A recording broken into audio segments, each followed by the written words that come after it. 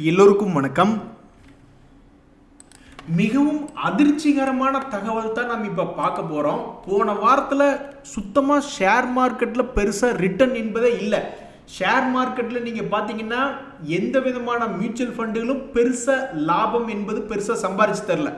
அதே மாதிரி இண்டிசஸ் பொறுத்த வரைக்கும் நிஃப்டி ஐடியில் பணம் போட்டவங்க மட்டும்தான் ரொம்பவுமே மகிழ்ச்சிகரமாக இருந்திருப்பாங்க. ஏன்னா போன ஒரு வாரத்தில் 3% ஐடி இண்டெக்ஸ் ஏறி இருக்கு. அதுவே நீங்கள் ஏதாவது ஒரு நல்ல மியூச்சுவல் ஃபண்டு பெருசாக லாபம் சம்பாரிச்சு கொடுத்துருக்குமா அப்படின்னு நம்ம பார்க்கும்பொழுது இந்த மோத்திலால் ஓஸ்வாலினுடைய இஎல்எஸ்எஸ் டேக்ஸ் சேவர் ஃபண்டு கிட்டத்தட்ட 6.25% இறங்கியிருக்கு.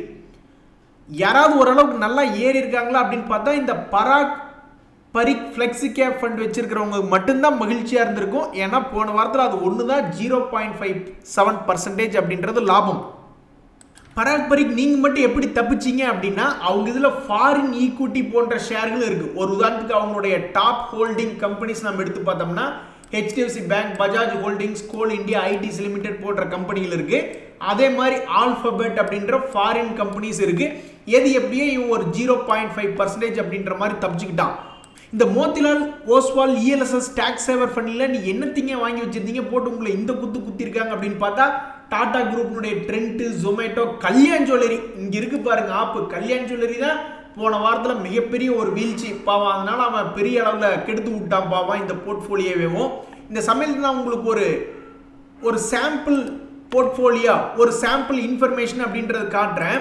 போன வாரத்தில் ஒரு உதாரணத்துக்கு 10 லட்ச ரூபா யாராவது போன வாரம் ஸ்டார்டிங்கில் அவங்களுடைய ஹோல்டிங் இருந்துன்னு வச்சுங்க, மியூச்சுவல் ஃபண்டில் சராசரியாக மிட் கேப் போன்ற ஃபண்டுகளில் வச்சுருக்காங்க அப்படின்னா கிட்டத்தட்ட 30,000 ரூபாய் லாபத்தில் தொடங்குச்சு அந்த வாரம். கடைசியில் பார்த்தா இப்போ 5,000 ரூபாய் நஷ்டம் அப்படின்றது பொழுது கிட்டத்தட்ட 35,000 ரூபாய் அப்படின்றது ஆல்மோஸ்ட் ஒரு 3.5% அப்படின்றது அந்த போர்ட்ஃபோலியோ 10 லட்ச ரூபா போர்ட்ஃபோலியோ அப்படின்றது கடந்த 5 நாளில் இறங்கியிருக்கு.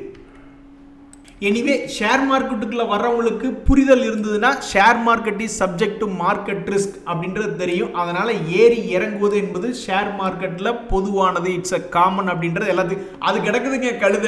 அது நிஃப்டி மறுபடியும் 2 days மூவிங் ஏவரேஜுக்கு மேலே வந்தால் தான் நல்ல ஒரு அருமையான சந்தோஷம் அப்படின்றது கிடைக்கும்.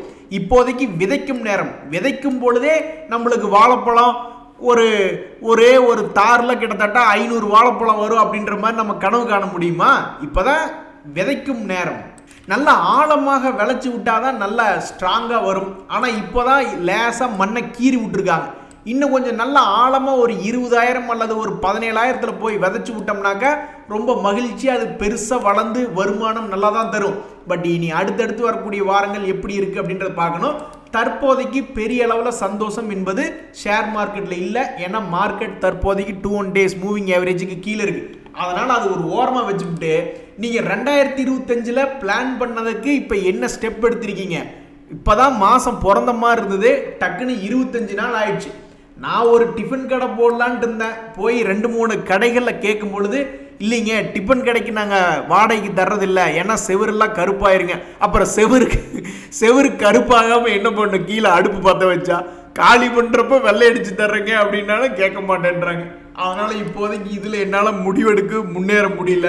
சரி, ஒரு என்டர்டெயின்மெண்ட் சேனல் ஆரம்பித்து ஏதாவது ஒரு எடிட்டிங் பண்ணலாம் அப்படின்னு பார்த்தா எடிட்டிங்க்கு ஆளுகளை தேடு. நம்மளுக்கு எடிட்டிங் பெருசாக தெரியாது. சரி, எடிட்டிங்க்கு திருப்பூரில் ஆளுகளை தேடலான்னு பார்க்குறேன். ஒன்றும் ஆளுகளே கிடைக்க மாட்டேங்கிறாங்க.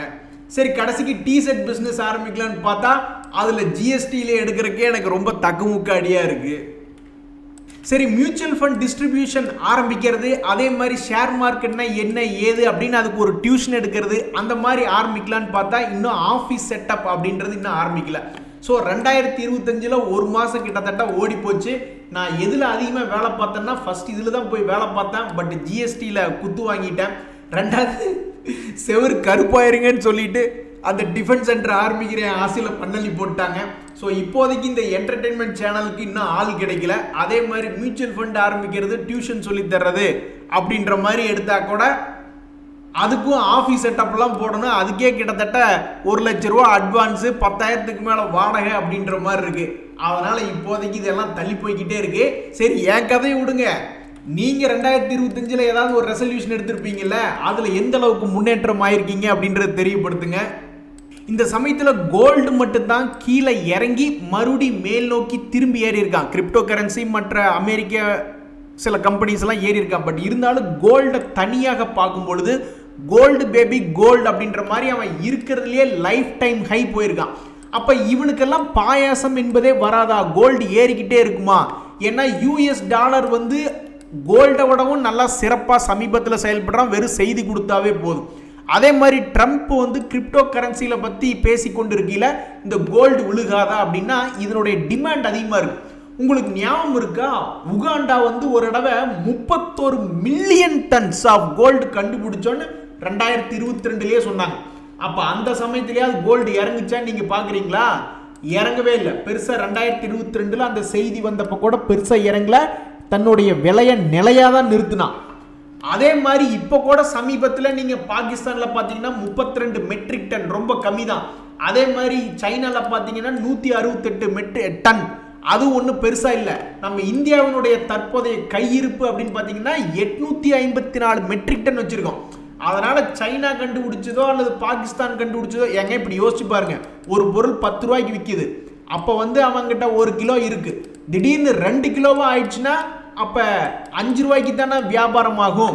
அந்த மாதிரி கிட்டத்தட்ட உகாண்டால 31 மில்லியன் டன் இருக்கிறதாக கண்டுபிடிச்ச செய்தி வந்தப்பவே அது கோல்டு ஏர்ல, அதே சமயம் இறங்கவும் இல்லை.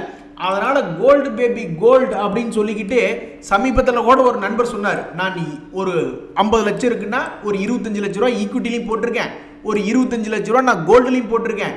கடைசியில் பார்த்தா சமீபத்தினுடைய வீழ்ச்சியில் எனக்கு ஈக்விட்டி எவ்வளவு இறங்குச்சோ அந்த அளவுக்கு கோல்டு ஏறி எனக்கு ஒரு மாதிரி போர்ட்ஃபோலியோ லாஸ்ல இருந்து போற தப்பிச்சுக்கிட்டா அப்படின்ற மாதிரி ஒருத்தர் சொல்லியிருந்தாரு.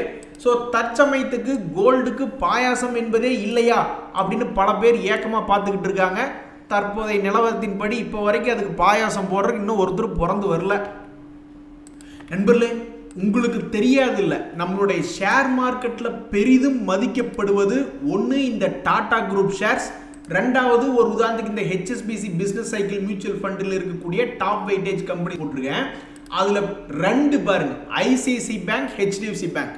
ஸோ நம்மளுடைய நாட்டில் ஷேர் மார்க்கெட்டில் பெரிதும் மதிக்கப்படக்கூடியது, ஓரளவுக்கு ஸ்திரத்தன்மையாக இருக்கும் அப்படின்றது பெரும்பாலும் private banks, Tata group shares அப்படின்ற மாதிரி தான் ஷேர் மார்க்கெட்டில் எல்லாருமே யோசிப்பாங்க. இந்த சமயத்தில் இவங்கெல்லாம் ஒரு வருஷத்தில் என்ன ரிட்டர்ன் பண்ணியிருக்காங்க அப்படின்றது நீங்கள் பாருங்கள், ரொம்பவுமே அதிர்ச்சிகரமான தகவல் தான். டாடா குரூப்ல டிசிஎஸ் தான் ரொம்பவுமே அதிகமான லாபம் செய்யக்கூடிய கம்பெனி. அடுத்தது Tata motor, Tata power, Titan, அந்த டாடா ஸ்டீல் அப்படின்ற மாதிரி வரிசையா வருது. அதுல எல்லாருமே நெகட்டிவ் ரிட்டர்ன். டாடா குரூப்னுடைய மொத்த ரிட்டர்ன் அப்படின்றத எடுத்து பார்த்தோம்னா கடந்த ஒரு வருஷத்துல டோட்டலா அந்த குரூப் ஆஃப் ஷேர்ஸை நம்ம ஒரு போர்ட்ஃபோலியோ மாதிரி வச்சு மேனேஜ் பண்ணுறோம், ரீபேலன்ஸ் பண்ணிக்கிட்டு இருக்கோம் அப்படின்னா கடந்த ஒரு வருஷத்தினுடைய ரிட்டர்ன் அப்படின்னு பார்க்கும்பொழுது ரொம்பவுமே ஷாக்கிங்காக நெகட்டிவாக தான் இருக்கு. பேங்குகள் எடுத்து பார்த்தாலும் ஹெச்டிஎஃப்சி பேங்க் எல்லாம் ரொம்பவுமே டாப் மோஸ்ட் பேங்க் அப்படின்ற நிலைமையில் இருக்கு. ஹெச்டிஎஃப்சி பேங்க், ஐசிஐசி பேங்க் போன்ற பங்குகளுடைய 1 இயர் ரிட்டர்ன் அப்படின்னு எடுத்து பார்த்தா அவங்களும் கிட்டத்தட்ட 10% இறங்கி தான் இருக்கு. அப்போ இப்படி இருக்கும் பொழுது ஷேர் மார்க்கெட்டில் தற்போதைக்கு எப்படி ஒரு சந்தோஷம் வரும்? இனிமேல் யாராவது விதைச்சு வைக்கிறவங்களுக்கு ரொம்பவுமே கீழே போய் இன்வெஸ்ட்மெண்ட் பண்றவங்களுக்கு தான் இப்போதைக்கு எதிர்காலம். அதுவும் எப்ப 2-3 வருஷம் கழிச்சு அப்படின்ற மாதிரி தான் தற்போதைய நிலைமையில் இருக்கு. இது எல்லாமே மாற்றணும்னா பட்ஜெட்ல ஏதாவது ஒரு மிக முக்கிய அறிவிப்பு வந்து சடார்னு மார்க்கெட் மேல படார்னு மேல ஒரு 2000-3000 பாயிண்ட் நிஃப்டி ஏறிச்சுனா தான் இது போன்ற எந்த டாடா குரூப்பாவே இருக்கட்டும் அப்பதான் அவங்களுக்கு சந்தோஷம் என்பது வரும். அது வரைக்கும் ஷேர் மார்க்கெட்ல பல்ல கடிச்சுக்கிட்டு காலத்தை நகுத்த வேண்டியதா இருக்கு. ஒரு விவசாயி விதைச்சு வைக்கும் போது அவருக்கு என்ன ரிட்டர்ன் வரும்? 10 பைசாக்கு பிரயோஜனம் இல்லை. அவர் உட்கார்ந்துக்கிட்டு விதைச்சு வச்சுக்கிட்டு அறுவடை காலம் வர்ற வரைக்கும் வெயிட் பண்ணாதான் அவருக்கு வருமானம் அப்படின்ற மாதிரி தற்போதைக்கு ஷேர் மார்க்கெட்ல இப்போதைக்கு புலம்பு விட்டுட்டா. இன்னைக்கு சனிக்கிழமை கோயிலில் போய் கொண்டு தான் புலம்பலான்னு பார்த்தேன். பட் எனிவே உங்ககிட்ட புலம்புனா எனக்கு கொஞ்சம் சந்தோஷம் அப்படின்றதுனால தற்சமயத்துக்கு பட்ஜெட் மட்டுமே இன்னும் சரியாக 6 ட்ரேடிங் டேஸ் இருக்கு. வர சனிக்கிழமை அன்னைக்கு ஸ்பெஷல் ட்ரேடிங். அந்த அன்னைக்கு இப்படி ஒரு கேண்டில் போட்டு 25,000 வரைக்கும் கொண்டு வந்து விட்டாங்கன்னா மகிழ்ச்சி என்பது வரும். இல்லைன்னா மகிழ்ச்சி நம்மளுக்கு மட்டும் இல்லை, ஏன் ஷேர் மார்க்கெட் உழுகுது, நம்ம நாட்டினுடைய பேங்கிங் சிஸ்டத்தை எடுத்து பாருங்க. பேங்கிங் சிஸ்டத்திலே கிட்டத்தட்ட 3 லட்சம் கோடி பற்றாக்குறையா இருக்கு அப்படின்றாங்க. அப்ப இப்படி பற்றாக்குறையா இருக்கும்போது பேங்க் எப்படி ஸ்மால் மீடியம் அல்லது பெரிய கம்பெனிகளுக்கு கடன் கொடுக்கும், எப்படி growth இருக்கும், எப்படி கம்பெனியை பெரிய அளவில் ஒரு growth ரிட்டர்ன் காட்ட முடியும். ஸோ இப்போதைக்கு ஷேர் மார்க்கெட்டில் அடிப்படையாகவே நம்ம இந்திய பொருளாதாரத்திலிருந்து கொஞ்சோண்டு பிரச்சனை இருப்பதால் தான் தற்போதைக்கு ஷேர் மார்க்கெட் கொஞ்சம் இறக்கமா இருக்கு. இப்படி இந்த பற்றாக்குறை ஒரு நாளில் அல்லது ஒரு மாசத்துக்குள்ள இதை வந்து ஈஸியாக மேனேஜ் பண்ணிட முடியும் கவர்மெண்ட்னால. ஆர்பிஐ ஏதாவது ஒரு பிளான் பண்ணி பேங்கிங் சிஸ்டத்தில் 3 லட்சம் கோடி தானே 10ல் பரவாயில்ல 6 லட்சம் கோடியாக வச்சுக்க. அதே மாதிரி பட்ஜெட்டில் ஒரு 10 லட்சம் கோடிக்கு மேலே அவங்க கேபிட்டல் எக்ஸ்பெண்டிச்சர் பண்ணுறாங்க அப்படின்ற மாதிரிலாம் அனௌன்ஸ்மெண்ட் வரும்பொழுது கண்டிப்பாக ஒரு 25,000க்கு மேலே நிஃப்டி வந்துச்சுன்னா எல்லாத்துக்குமே மகிழ்ச்சி என்பது வரும். அப்படி இல்லைனாலும் ஷேர் மார்க்கெட்டில் இன்னொரு பிளான் இருக்கு. ஷேர் மார்க்கெட் எப்போவுமே பிளான் ஏ அல்லது பிளான் பி, ஒன்றா மேலே ஏறி சந்தோஷம் அல்லது நல்ல பெருசாக கீழே குப்புற விழுந்து அந்த இடத்துல விதைச்சு விட்டு பெரிய லாபம் சம்பாதிக்கக்கூடிய ஆப்பர்ச்சுனிட்டி தருவான். ஸோ பிளான் ஏ வந்தாலும் சந்தோஷம் தான். ஆனால் பிளான் பி வந்துச்சுன்னா பணம் வச்சிருக்கிறவங்களுக்கு எஸ்ஐபி போடுறவங்களுக்கு தான் சந்தோஷம் வரும். பணம் இல்லாமல் ஏற்கனவே கொஞ்சோண்டு இருக்கிற பணத்தையெல்லாம் கொண்டு போய் இங்கே போட்டு லாக் பண்ணி விட்டுட்டு இருந்தா அப்புறம் அவங்களுக்கெல்லாம் சந்தோஷம் வராது. அவங்களுக்கு ரொம்ப காலம் ஆகும். கீழே இறங்கி மறுபடியும் மேல் நோக்கி வந்தால் தான், அதுவும் நல்ல கம்பெனியாக இருந்தால் தான் சந்தோஷம் என்பது திரும்பி வரும். இந்த சமயத்தில் ஒரு நண்பர் சொல்றாரு, நம்ம வேணா டைம் டிராவல் பண்ணி 1995க்கு போய் எல்லா ஷேர்களையும் 10 ரூபா 100 ரூபா 200 ரூபாய்க்கு வாங்கி வச்சுக்கலாமா, எல்லாமே இப்போ டன் கணக்கில் லாபம் பண்ணிக்கிட்டு இருக்கானே அப்படின்ற மாதிரி யோசிச்சுட்டு இருக்காரு. நீங்கள் டைம் டிராவல் பண்ணி பின்னாடியெல்லாம் போக வேணாம். இப்போ இருக்கக்கூடிய நிலைமையில நீங்கள் ஃபியூச்சர்லேயும் உங்களுக்கு வந்து அந்த காலத்து ரேட்டு வந்துடும் போல இருக்கு. எனிவே ஷேர் மார்க்கெட் இறங்குறது ஒரு ஆப்பர்ச்சுனிட்டி தான். பிறந்த குழந்தைக்கு கூட ஒரு 15-20 வருஷம் ஷேர் மார்க்கெட்டினுடைய சார்ட்டை காமிச்சா இது என்னங்க ஏறி இறங்கிக்கிட்டு இருக்கு, அப்போ இறங்குச்சுன்னா ஏறுமோ அப்படின்ற மாதிரி அந்த குழந்தைங்க நினைக்கும். ஸோ நல்ல ஒரு கீழே போக போக தொடர்ந்து எஸ்ஐபி முறையில் ஒரு டிசிப்ளினாக இன்வெஸ்ட்மெண்ட் பண்ணிட்டு வந்துட்டு இருந்தால் சில காலம் கழித்து அறுவடைக்கு வாய்ப்பு என்பது இருக்கிறதா தான் நான் பார்க்குறேன். பாவம் ஒரு நண்பர் பிசிஜி பற்றி கேட்டுக்கிட்டே இருந்தார். லட்சக்கணக்கில் போய் சிக்கிட்டாரு போல். வெறும் 10 ரூபாயில் ட்ரேட் ஆகிட்டு இருக்கு. அது எப்பன்னா கடைசி ப்ரைஸ் 30 டிசம்பர். இப்போ இன்னைக்கு ஜனவரியில் 25 நாள் ஆச்சு. சுத்தமாகவே ட்ரேடிங் ஸ்டாப் ஆயிடுச்சு. இதுக்கு முக்கிய காரணம் ஒரு தடவை எக்ஸ்சேஞ்சுகள் ஏற்கனவே எச்சரிக்கை பண்ணியிருந்தாங்க, நீ கரெக்டாக நாங்கள் கேட்கக்கூடிய கம்ப்ளைண்ட்ஸ் எல்லாம் நீ பண்ணலினா உன்னுடைய ட்ரேடிங்கே நாங்கள் நிறுத்திடுவோம், திங்கக்கிழமை இன்னைக்கு ஒரு ஆக்ஷனுக்கு கூட உன்னை விடமாட்டோம் அப்படின்ற மாதிரி சொல்லியிருந்தாங்க. அதே மாதிரி அவங்க பிடிச்சி நிறுத்திட்டாங்க. இந்த சமயத்தில் தான் ஒரு இன்ஃபர்மேஷன் என்ன அப்படின்னு பார்த்தீங்கன்னா, இவங்களுடைய லேட்டஸ்ட் ரிசல்ட்ஸை செப்டம்பர் 2024 வரைக்கும் அப்டேட் அப்படின்றது பண்ணிட்டாங்க. ஸோ இது என்ன ஒரு குறிக்குது அப்படின்னா, அவங்களுடைய வீக்லி அப்டேட். எக்ஸ்சேஞ்சுகள் எங்களுடைய கம்பெனியினுடைய ட்ரேடிங்கை நிறுத்திட்டாங்க, அதனால் எங்களுடைய முதலீட்டாளர்களுக்கு நாங்கள் ஒரு வீக்லி அப்டேட் பண்ணுறோம் அப்படின்னு சமீப காலமாக இவங்க இந்த விஷயத்தை தொடங்கியிருக்காங்க. இதில் வந்து அவங்க என்ன சொல்கிறாங்கன்னா, ரெகுலேட்டரி ஃபைலிங்ஸ் அப்படின்றது நாங்கள் இப்போ கொஞ்சம் கொஞ்சமாக பண்ணிக்கிட்டு வந்துக்கிட்டு இருக்கோம். அதனால் நாங்கள் வந்து எக்ஸ்சேஞ்சுகளை எங்கள் ஆஃபீஸ்க்கு வந்து எங்களுடைய சைட்டுக்கு விசிட் பண்ணி இந்த மாதிரி நாங்கள் சப்மிட் பண்ணதெல்லாம் பார்த்துட்டு எங்களுடைய ட்ரேடிங்கை ரெனியூவல் பண்ணி விடுங்க அப்படின்னு நாங்கள் கேட்க போகிறோம் அப்படின்ற மாதிரி சொல்லியிருக்காங்க.